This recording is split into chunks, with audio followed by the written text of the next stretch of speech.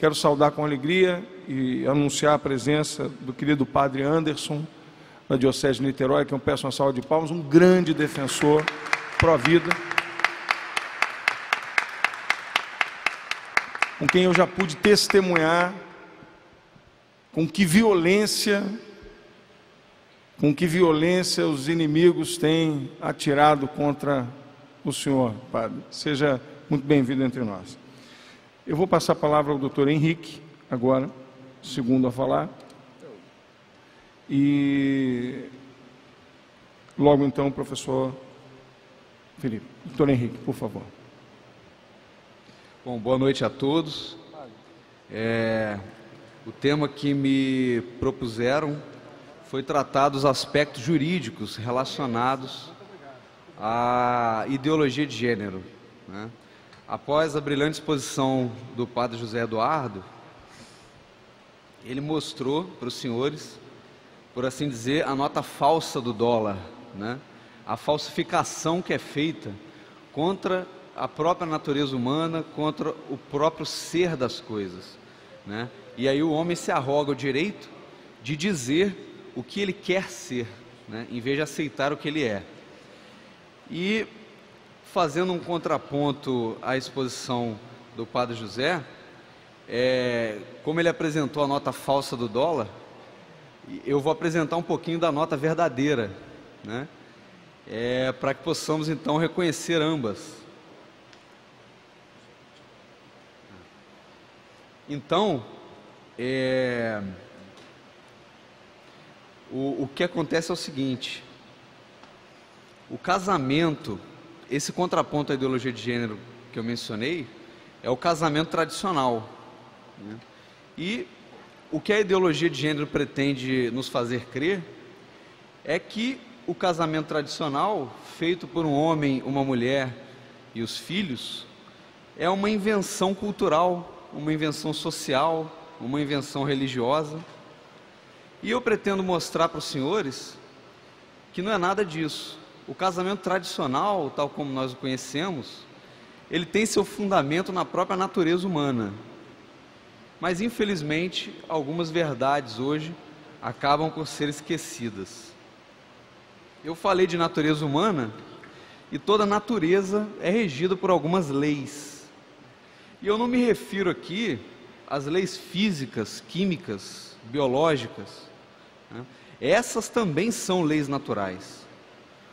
Eu falo de uma lei natural, moral, que rege os atos procedentes da liberdade humana. Enquanto aquelas leis se enquadram num plano determinístico, são inafastáveis, né? Se eu jogar um objeto para o alto, ele vai cair por conta da lei da gravidade.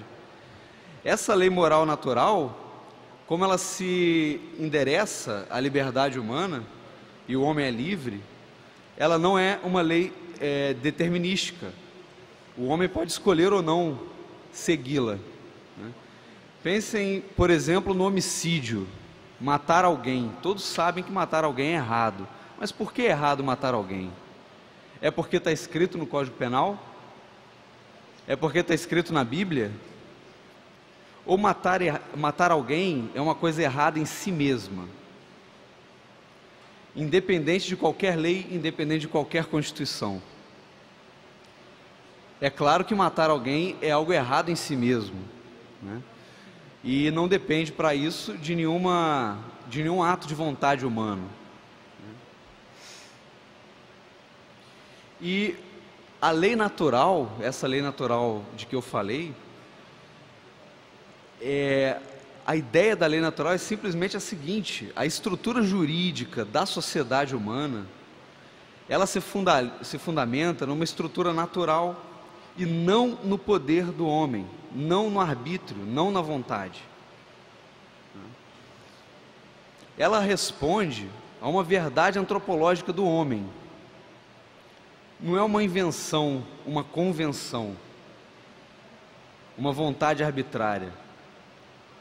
É uma emanação da própria natureza humana. E se existe um fenômeno jurídico, e esse fenômeno jurídico é evidente em todas as sociedades que já existiram, manifestar um fenômeno jurídico, é porque esse fenômeno tem uma base natural. Senão ele não seria universal, tal como é, abrangendo todas as sociedades ao longo da história, em todos os tempos. Então, por exemplo, os animais não têm o fenômeno jurídico, porque os animais não têm razão, só o homem tem. Isso indica que essa lei natural, ela emana da parte racional do homem, da reta razão. E a melhor demonstração de que essa natureza é real, é que existe o fenômeno jurídico, o fenômeno do assim chamado direito positivo. O que é o direito positivo? É o direito posto, positum, o direito colocado, seja escrito ou não. Então, ele não existiria se não houvesse uma base natural. Como os animais não têm essa base natural, os animais não têm direito positivo. É uma coisa própria do homem. Então, essa corrente positivista, que quer reduzir tudo ao aspecto formal, ao direito positivo, ignorando essa base natural do fenômeno jurídico, ela não se sustenta e ela não consegue sair dessa aporia, dessa dificuldade. E eles acabaram por abolir qualquer menção à lei natural. Só que a natureza não pode ser suprimida, assim por decreto. Ela continua presente e ela continua falando alto. E é por isso que, apesar de terem banido a lei natural e a ciência do direito natural, que foi desenvolvida desde a antiguidade, desde Platão, Aristóteles, Santo Tomás de Aquino, apesar disso não ser mais falado, essa natureza continua lá. E a maior prova disso é que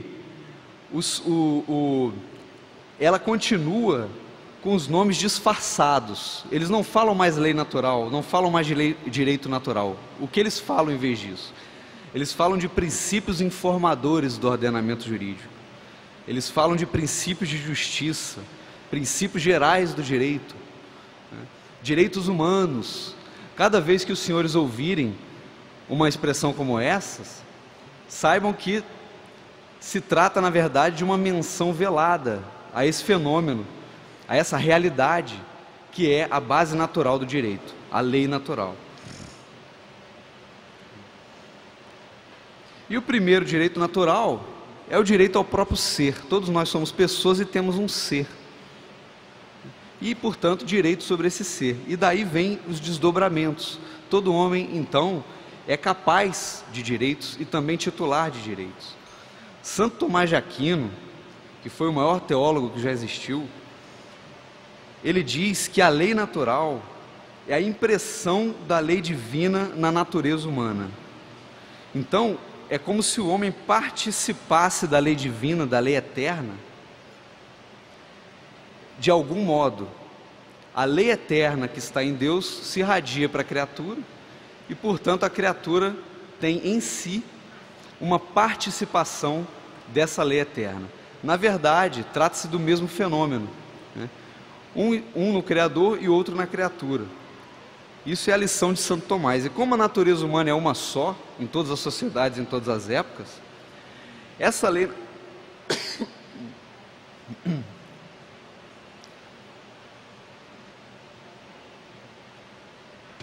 Essa lei natural, ela é universal, imutável e indispensável.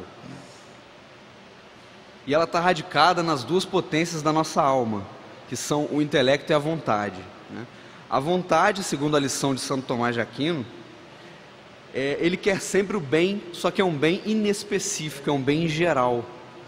O intelecto, por sua vez, informado pela lei natural, especifica os objetos do querer e os apresenta à vontade. Então a vontade adere a esses objetos especificados. Esse é um resumo da doutrina de Santo Tomás de Aquino sobre a lei natural. E atenção aqui, quando eu falo de lei divina, de lei eterna, eu não estou aqui usando nenhum argumento religioso. Até porque a lei natural e os preceitos que dela derivam,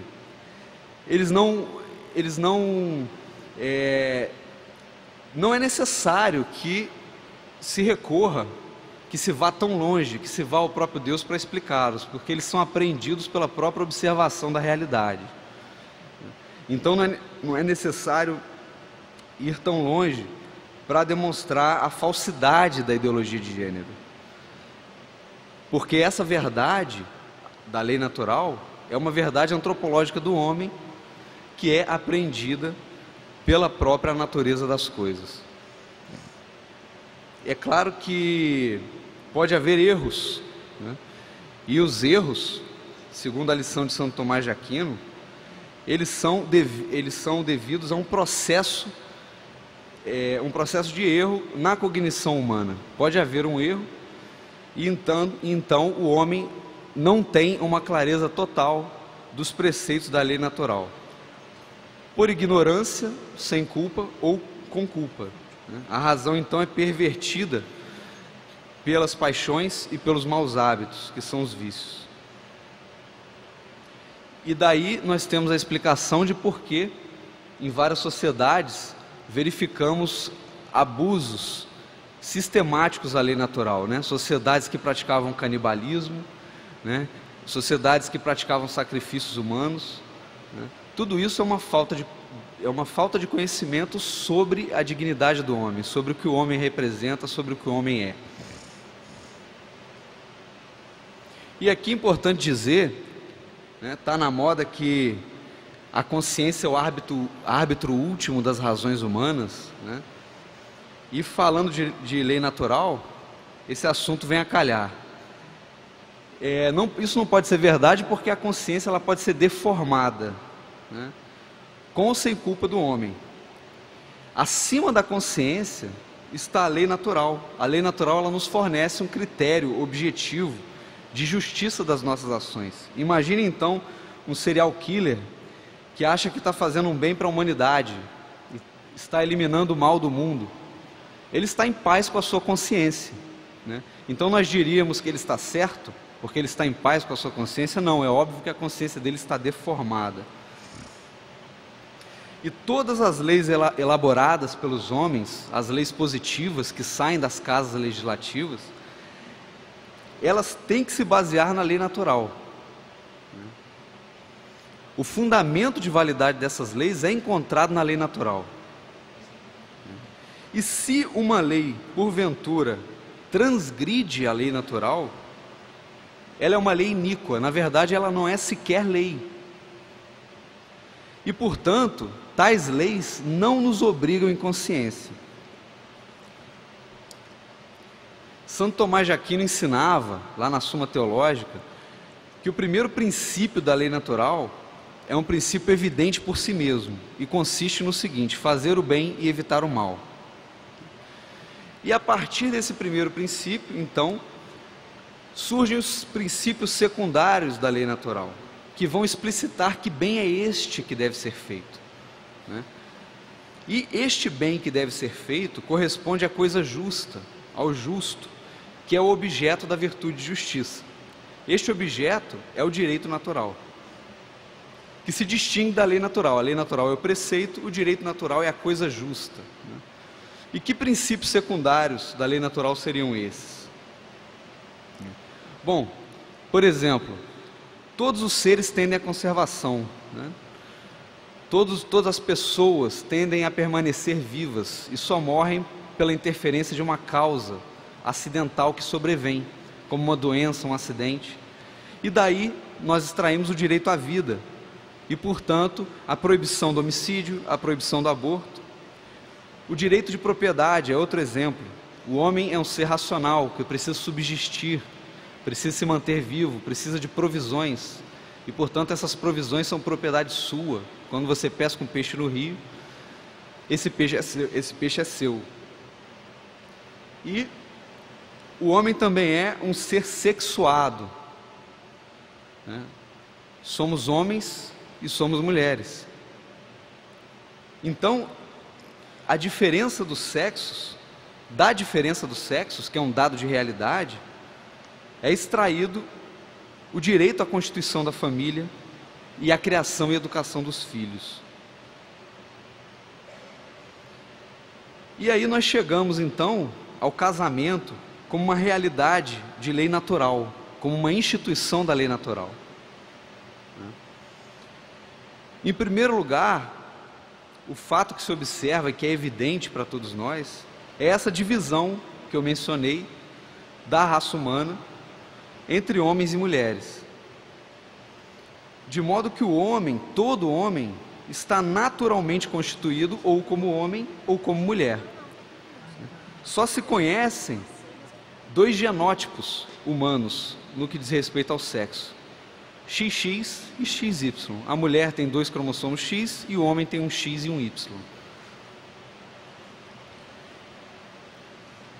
Em segundo lugar, homem e mulher foram feitos por natureza um para o outro. Tanto do ponto de vista de seus gametas unidos formam um novo ser humano e impedem a extinção da humanidade, como também do ponto de vista anatômico. Homem e mulher foram feitos anatomicamente um para o outro. Pênis e vagina combinam perfeitamente, o encaixe anatômico é perfeito. Isso tudo parece muito óbvio, eu estou repetindo coisas óbvias, e é óbvio mesmo. Só que vivemos num tempo em que até as coisas óbvias precisam ser ditas e reafirmadas. Bom, homem e mulher então têm uma forma específica de união, uma forma específica de unirem-se. E essa forma específica de união é a própria realização do homem no âmbito da sexualidade. E essa forma específica é o matrimônio. Engraçado como hoje as pessoas têm dificuldade em aceitar isso, né? Se uma pessoa está com uma doença neurológica, vai a um médico e procura saber que doença é essa, e o médico responde assim: bom, você pode ter qualquer doença. Nenhum de nós se contentaria com essa resposta, né? Por quê? Porque você vai exigir que o médico te diga qual é a doença que você tem. Você vai exigir dele um diagnóstico, né? E por que isso? Porque o nosso sistema nervoso tem uma verdade, tem um mecanismo de funcionamento, tem um modo próprio de ser, tem uma natureza própria. Então existe uma verdade do sistema nervoso que precisa ser respeitada. Se ela não for respeitada, nenhuma doença pode ser curada. O tratamento da doença tem que respeitar a natureza e a verdade do sistema nervoso. Então, por que as pessoas têm dificuldade em aceitar que o sistema reprodutor também tem uma verdade, também tem um modo de ser, que você não pode usar dele da maneira como você queira? É uma coisa óbvia, mas ela hoje em dia está esquecida e precisa ser dita. E esse matrimônio, que é a forma específica de união de homem e mulher, ele está ordenado naturalmente a 2 finalidades: a função reprodutora, que se estende à criação e educação dos filhos, porque a criança precisa de um lar para crescer. E a segunda finalidade é a finalidade unitiva, a comunhão de vida, a ajuda mútua entre os cônjuges. E eu não estou falando de nenhuma novidade, né? As coisas funcionam assim há milênios, né? É muito recentemente que essas verdades óbvias vêm sendo atacadas e questionadas. Como o ser das coisas está ordenado aos fins, e o ser do matrimônio obedece a esses fins, qualquer alteração dos fins é injusta. Essas 2 finalidades que eu mencionei, a reprodutora e a unitiva, não podem ser afastadas nem modificadas, porque seria uma perversão da própria natureza do matrimônio.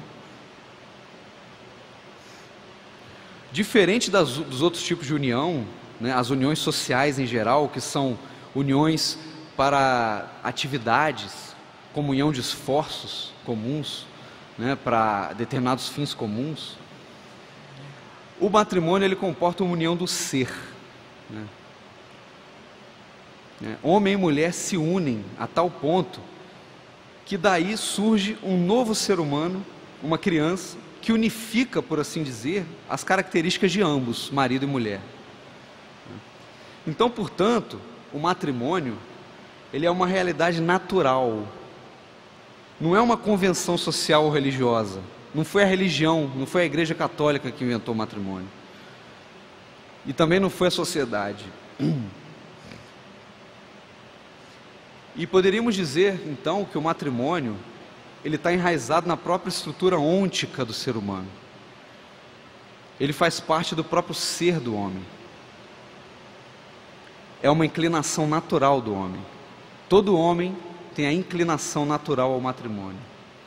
Mesmo os celibatários permanecem com a potência do matrimônio, né? Mas a potência está lá, porque é uma inclinação natural. Então não é um contrato civil, é uma instituição de direito natural, e o direito positivo ele só se limita a regular os aspectos do matrimônio, dar publicidade, dar segurança jurídica, né? E também quanto aos efeitos jurídicos do matrimônio, patrimônio, filiação, herança, etc. É uma função importante, mas é uma função limitada, já que o direito positivo tem que se pautar necessariamente pela lei natural. Então daí já poderíamos ver que as uniões gays, né, são antinaturais. Então chegamos a uma definição do casamento. O que é o casamento? É uma união jurídica, plena e total, enraizada na natureza humana, de um homem e uma mulher, em sua virilidade e feminilidade, formando assim uma comunidade indivisível de vida. E essa comunidade ela está naturalmente ordenada à geração e educação dos filhos e à mútua ajuda dos cônjuges. Se é assim, poderíamos dizer então que, sendo o matrimônio a única forma de união que responde à natureza humana e à condição de pessoa, as demais formas de união sexual são antinaturais e degradam o ser humano. São, portanto, contrárias à dignidade humana. Essa ideologia da liberação sexual, que ganhou força a partir da década de 60, né, e também a ideologia de gênero, elas são tentativas de perverter essa realidade natural que eu mencionei. Enquanto a ideologia da liberação sexual, ela está no plano ético, comportamental, porque ela vai dizer o seguinte: você pode fazer o que você quiser no âmbito sexual. A ideologia de gênero, ela vai além. Ela vai dizer o seguinte: você pode ser o que você quiser no âmbito sexual. É um aprofundamento da ideologia da liberação sexual. Então hoje nós temos todas as espécies de perversão dessa realidade natural, né? Se você diz que a realidade nos mostra que o casamento é formado por apenas duas pessoas, surge uma ideologia chamada poliamor. Você que está dizendo que casamento são só duas pessoas, você é um preconceituoso. Por que um casamento não pode ser entre 3 homens e 2 mulheres? Né? Uma grande orgia. Todos fazem sexo com todos. Essa ideologia já existe. É o chamado poliamor. E também, você dizer que essas duas pessoas têm que ter sexos distintos, é o sexismo que o padre José mencionou, né? Porque existem infinitos gêneros. Não seja sexista. Por que não 2 homens? Por que não 2 mulheres? Por que não 5 homens? Né? Então, todos os tabus, eles chamam assim, caem por terra, vale tudo, né? Assim também, a exigência de ser a mesma espécie, um homem e uma mulher da espécie humana, né? Você tem, hoje, mulheres casando com animais, com cachorros, com cavalos, a prática da zoofilia e toda espécie de bizarrice. O mesmo vale para a pedofilia, para o incesto, né? Conversávamos ainda há pouco sobre a idade em que as crianças estão iniciando a vida sexual, cerca de 8 anos, né? Se eles podem fazer sexo aos 8 anos entre si, por que não poderia ser com um adulto? Que preconceito é esse? Nós que não admitimos a pedofilia somos preconceituosos, porque temos um preconceito de geração, né? Você está discriminando uma geração mais velha e proibindo essa geração de ter relacionamento com uma geração mais nova. É um preconceito. Por que não admitir a pedofilia? Assim também o incesto. Eu soube hoje que mãe e filha anunciaram pelo Twitter que estão num relacionamento incestuoso e lésbico. Mãe e filha anunciaram isso pelo Twitter hoje. Por que não? Vale tudo. E por que chegamos a esse ponto? E então eu proponho agora falar um pouquinho sobre a decadência da filosofia do direito e as tentativas de negar a lei natural. Essa tradição da lei natural, que eu expliquei, ela permaneceu, ela vem da Grécia, ela vem dos filósofos gregos, e ela passa pela Idade Média. Santo Tomás de Aquino dá um acabamento perfeito e definitivo à ciência da lei natural, e isso dura até o advento do kantismo e do positivismo. Kant, Immanuel Kant, não negava propriamente o direito natural, mas ele dizia que o direito natural não passava de formas a priori, né? Que são apenas modelos formais do direito, né?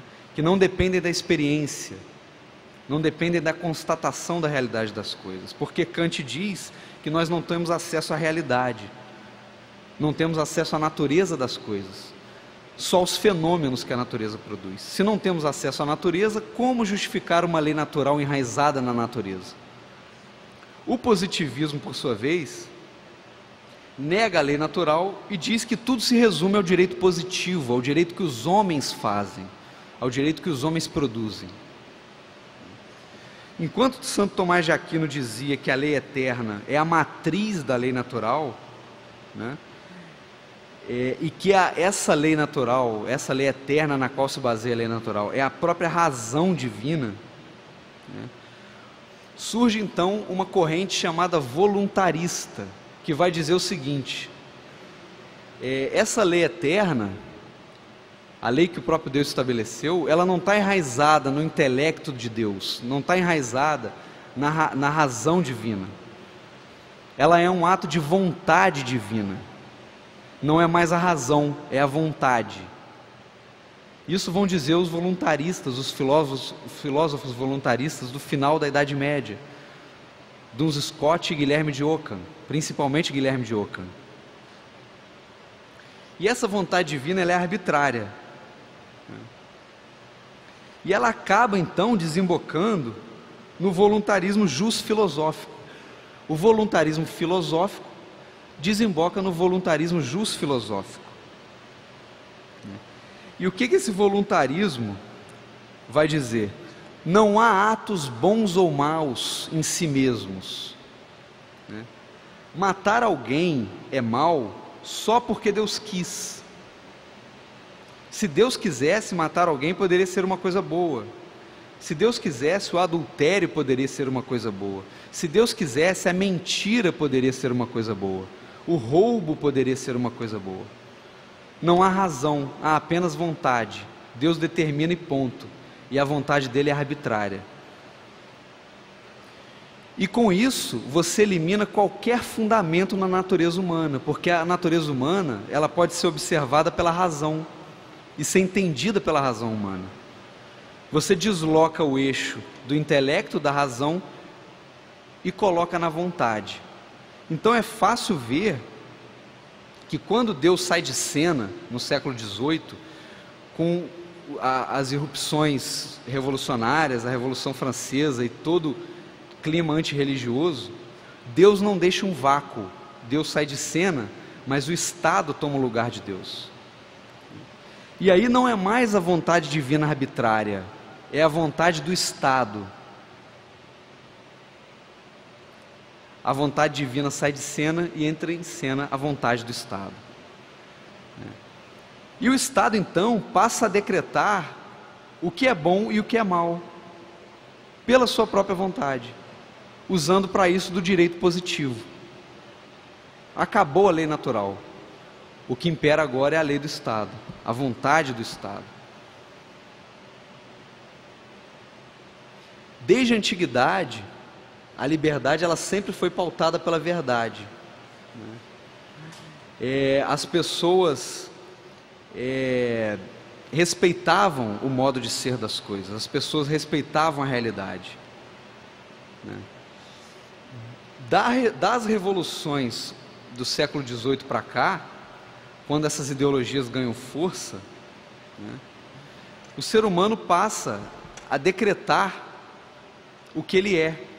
É como se eu dissesse o seguinte: eu decreto que eu posso voar, eu sou livre para isso, a minha vontade é livre, e aí eu pulo do alto de um prédio.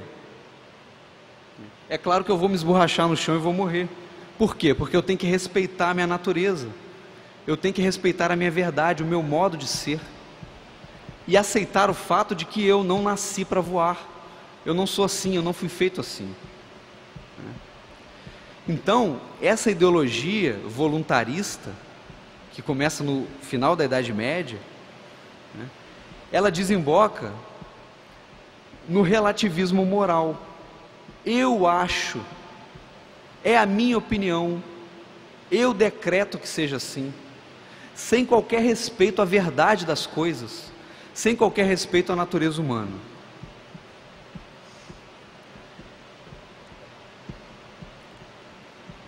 O positivismo, que é essa corrente da qual já falei, que resume tudo à lei natural, e tem em Hans Kelsen seu principal pensador, é um sistema fechado, autorreferente, que não tem nenhum fundamento metafísico para além dele mesmo. É uma pirâmide fechada. Ele fala até de uma norma hipotética fundamental, que é pacta sunt servanda, os pactos sejam cumpridos. Mas isso é muito pouco. Uma coisa precisa estar fundamentada fora dela mesma. Nada pode ser fundamento de si mesmo. E no sistema positivista, o sistema das leis, a pirâmide de Kelsen, é o próprio fundamento de si. É bom lembrar, quando se fala sobre o positivismo, de dois tiranos genocidas, Hitler e Stalin. E é bom lembrar que Hitler e Stalin não fizeram nada de ilegal. Ambos legislavam por decreto. Qual foi o resultado disso? O resultado foi que o nacionalsocialismo, o socialismo nacionalista, mais conhecido como nazismo, deixou um saldo de 10 milhões de mortos. Não só judeus, muitos poloneses também, muitos católicos. E o comunismo, por sua vez, deixou um saldo 10 vezes pior, 100 milhões de mortos. Esse foi o saldo do positivismo, do abandono da lei natural. E tenho, sobre esse assunto, existe um detalhe aqui muito interessante. Um professor da Universidade de Heidelberg, chamado Gustav Radbruch. Antes da guerra, esse professor ele tinha escrito um livro de filosofia do direito de viés positivista.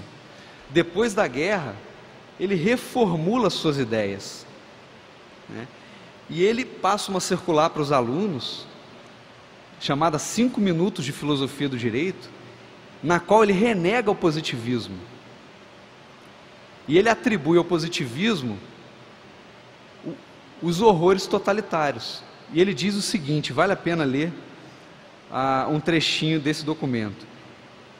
Abre aspas. Esta concepção da lei e de sua validade, a que chamamos positivismo, foi a que deixou sem defesa o povo e os juristas contra as leis mais arbitrárias, mais cruéis e mais criminosas.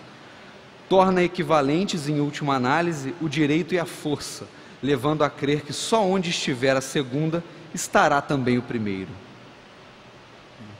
E veremos, então, que o positivismo, ele continua até hoje, e não só continua, como hoje ele sofreu uma mutação, e está muito pior. Mas antes de ver isso, eu pretendo falar brevemente de algumas ideologias que também negam a lei natural. Por exemplo, o existencialismo. O existencialismo, ele vai dizer que a liberdade do homem define a partir das circunstâncias o que é bom e o que é mal. E aí temos a famosa frase de Sartre que diz: se Deus não existe, tudo é permitido. E de fato, se Deus não existe, tudo é permitido. Se não há um fundamento metafísico transcendente para as leis, para o fenômeno jurídico, para a ação humana, para a convivência social, vale tudo. Amanhã morreremos e a nossa consciência será aniquilada. Pouco vai importar o que fizemos nesta vida. O sociologismo, o que é o sociologismo, o relativismo sociológico? Vai dizer o seguinte: as leis, elas são fruto contingente de cada cultura, e todas são igualmente válidas. Então os assassinatos das crianças indígenas, em certas tribos da Amazônia, que a FUNAI faz vista grossa, por quê? Para preservar a sociedade. Você não pode dizer que aquilo é errado. Aquela é uma lei daquela sociedade. Eles podem matar as crianças, os gêmeos, as crianças defeituosas, como matam até hoje. E o governo brasileiro se omite e não aplica o Código Penal. Os sacrifícios pagãos, o canibalismo. O canibalismo era um hábito cultural de muitas tribos indígenas. Por que ele não é válido? Quem é você para dizer que o canibalismo é errado? É só um hábito daquela cultura, uma lei daquela cultura. Os sacrifícios pagãos dos astecas, que matavam milhares de pessoas nos festivais anuais, né? E os espanhóis, quando lá chegaram, puseram fim a essa matança. O protestantismo é outra ideologia que nega a lei natural. Vai dizer que a natureza humana está totalmente corrompida pelo pecado. Se a natureza humana está corrompida pelo pecado, você não pode falar de uma lei natural enraizada na natureza humana. Mas voltemos aqui ao positivismo. Eu falei que hoje ele está muito pior, né? E ele continua dizendo que tudo se resume ao direito positivo. E quando eu falo de direito positivo, todos imaginam logo que o perigo então são as leis malucas que podem sair dessa ideologia, dessa mentalidade positivista. E de fato saem muitas leis malucas, né? O PNE, né, o Plano Nacional de Educação, que é uma lei periódica do ordenamento jurídico brasileiro, que vigora de 10 em 10 anos, ele recentemente foi aprovado pelo Congresso Nacional. E no projeto do PNE estava a ideologia de gênero contemplada. Só que choveram ligações no Congresso Nacional. O Congresso Nacional foi bombardeado com ligações do Brasil inteiro. E por pressão popular, os parlamentares retiraram a ideologia de gênero do Plano Nacional de Educação. Então é um exemplo de lei maluca, tresloucada, produzida pela mentalidade positivista. A lei, a vontade do legislador, a vontade do Estado diz: eu decreto que seja assim, ignorando completamente a realidade das coisas, ignorando completamente a lei natural. Mas a verdadeira ameaça que eu falei é a mutação do positivismo. Hoje o positivismo está bem pior. De modo que nós já temos saudades do positivismo. Está tão ruim hoje que eu gostaria de voltar para o positivismo, era menos ruim. Nós temos até que adotar uma postura positivista às vezes, para nos defendermos contra essa nova ideologia que surgiu aí no cenário jurídico. E que ideologia é essa? Meus caros, hoje não temos mais uma tirania das leis, temos uma tirania das decisões judiciais.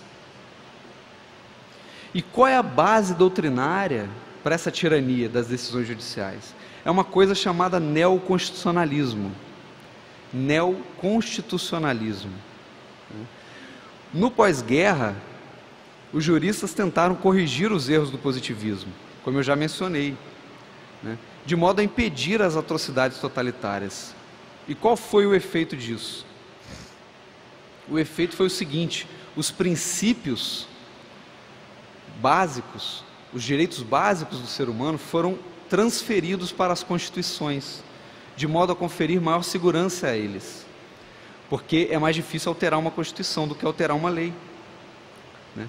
Só que esses princípios, eles são extremamente vagos, são cláusulas abertas, indeterminadas, né? E quem é que vai dizer o que eles significam? É o juiz. O juiz vai dizer o que eles significam. Então, para dar um exemplo para vocês, o princípio da dignidade da pessoa humana. O que é dignidade da pessoa humana? Quem é que vai dizer o que isso significa? É um conceito muito aberto.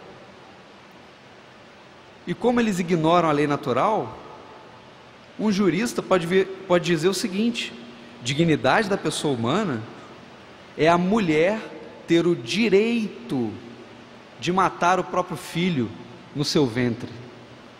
Isso é dignidade da pessoa humana, ignorando a dignidade do próprio bebê que está ali.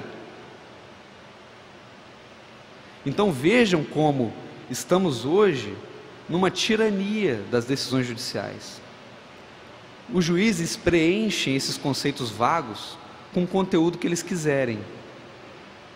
E no Brasil, um dos maiores apóstolos dessa ideologia é o ministro do Supremo, Luiz Roberto Barroso. Esse ministro, ele já defendeu em vários artigos, em várias palestras, essa ideologia neoconstitucionalista.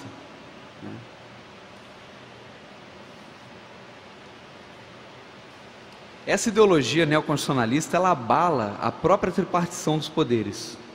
Você tem um desequilíbrio. Eles vão dizer o seguinte: a lei é estática, mas o direito é dinâmico. E então a Constituição, ela sofre mutações. A interpretação da Constituição, ela tem que acompanhar a evolução social, a mudança de conceitos na sociedade. Só que quando você vai ver, não houve mudança de conceitos nenhuma. É tudo da cabeça deles. Por exemplo, o aborto. 90% da sociedade brasileira rejeita o aborto. E mesmo assim eles querem impor o aborto com base nessa ideologia. Então nós temos aqui o ativismo judicial. Os juízes não representam as pessoas. Existe um déficit democrático. O juiz não é eleito. E essa ideologia, ela significa conferir aos juízes um poder de reforma constitucional permanente. Cada juiz tem o poder de reformar a Constituição como ele bem entender, em qualquer decisão judicial que ele profira. Temos a deturpação de um sistema pautado nesses conceitos abertos, indeterminados, né? Então, a tarefa do jurista, que antes era dizer o direito, o jurista deve dizer um direito que já existe. Agora não é mais dizer o direito com base na natureza das coisas. Agora é inventar o direito. Então, meus caros, esse ministro, ele dá uma entrevista logo após a posse dele, em que ele diz o seguinte: ele repete o que ele já defendeu na doutrina que ele professa, que o Supremo deve avançar uma agenda, ele usa essa expressão, avançar uma agenda, e que o Supremo deve legislar no lugar do Congresso para avançar essa agenda. E ele dá 2 exemplos, um já concretizado, que é o caso da união gay, que foi uma decisão contra a legem, não só contra a mens legis, que é a intenção da lei, mas também contra a mens legislatores, contra a intenção do legislador. Porque nos debates da Constituinte, quando estava escrito lá, quando o projeto dizia casamento é entre homem e mulher, alguém disse, isso não é necessário, é óbvio que o casamento é entre homem e mulher. Aí alguém virou e disse, não, precisamos manter, porque no futuro vão dizer que 2 homens podem se casar. E foi a tese que prevaleceu, né? E a vontade do povo brasileiro, pelos seus representantes, foi flagrantemente desrespeitada pelo Supremo Tribunal Federal. O outro exemplo que ele cita é um caso que ainda está em curso, ainda não atingiu sua meta final. E o ministro confessa na entrevista que o caso dos anencéfalos, a legalização do aborto de anencéfalos, era apenas um pretexto para a liberação total do aborto, que é a meta final. E ele cita o caso Roe versus Wade, que é o caso da jurisprudência norte-americana, no qual a Suprema Corte daquele país legalizou o aborto. E ele cita esse caso como um exemplo a ser imitado pelo Brasil. O que ele está fazendo nas entrelinhas dessa entrevista é anunciar que ele vai legalizar o aborto no Brasil por via judicial, como foi a união gay, apesar de 90% do povo brasileiro ser contra o aborto. Então, meus senhores, essa tirania não tem limites, ela é antidemocrática. As carreiras jurídicas hoje estão dominadas por esse tipo de mentalidade. Eu já me cansei de presenciar rompantes de pessoas autoritárias que só querem um palco e uma plateia de súditos para obedecerem à sua vontade ensandecida. As carreiras jurídicas estão dominadas por essa mentalidade. Um certo ministro do Supremo, já aposentado, ele proferiu uma palestra numa pós-graduação aqui do Rio, em que ele disse o seguinte: o STF tem o dever de ser contramajoritário para romper o atraso mental do povo brasileiro. O Supremo é contramajoritário para romper o nosso atraso mental. Então, eles são os iluminados, os portadores do progresso, da nova sociedade perfeita. E hoje em dia, como o neoconstitucionalismo, existem várias outras ideologias que pretendem consertar o mundo, ignorando a realidade das coisas, ignorando a lei natural, que está aí estabelecida desde a fundação do mundo, há milênios. Então, meus caros, conhecer bem a lei natural vai nos tornar aptos a reconhecer essas fórmulas mágicas, revolucionárias, que querem consertar o mundo, idealizando um paraíso perfeito, a ser alcançado mediante a concentração do poder.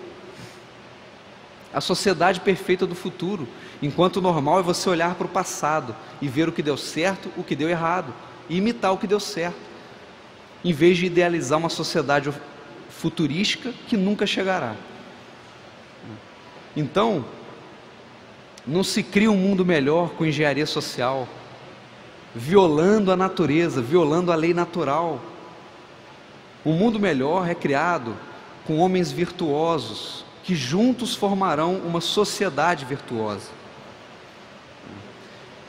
Então, meus caros, falando aqui hoje nesta Casa de Leis, que é sede da Assembleia Legislativa do nosso Estado, mas que também já foi sede da Câmara dos Deputados, eu faço um apelo a que deixemos as nossas rebeliões contra a natureza das coisas e voltemos para a realidade, corrigindo os erros filosóficos que nos impedem de enxergá-la com nitidez.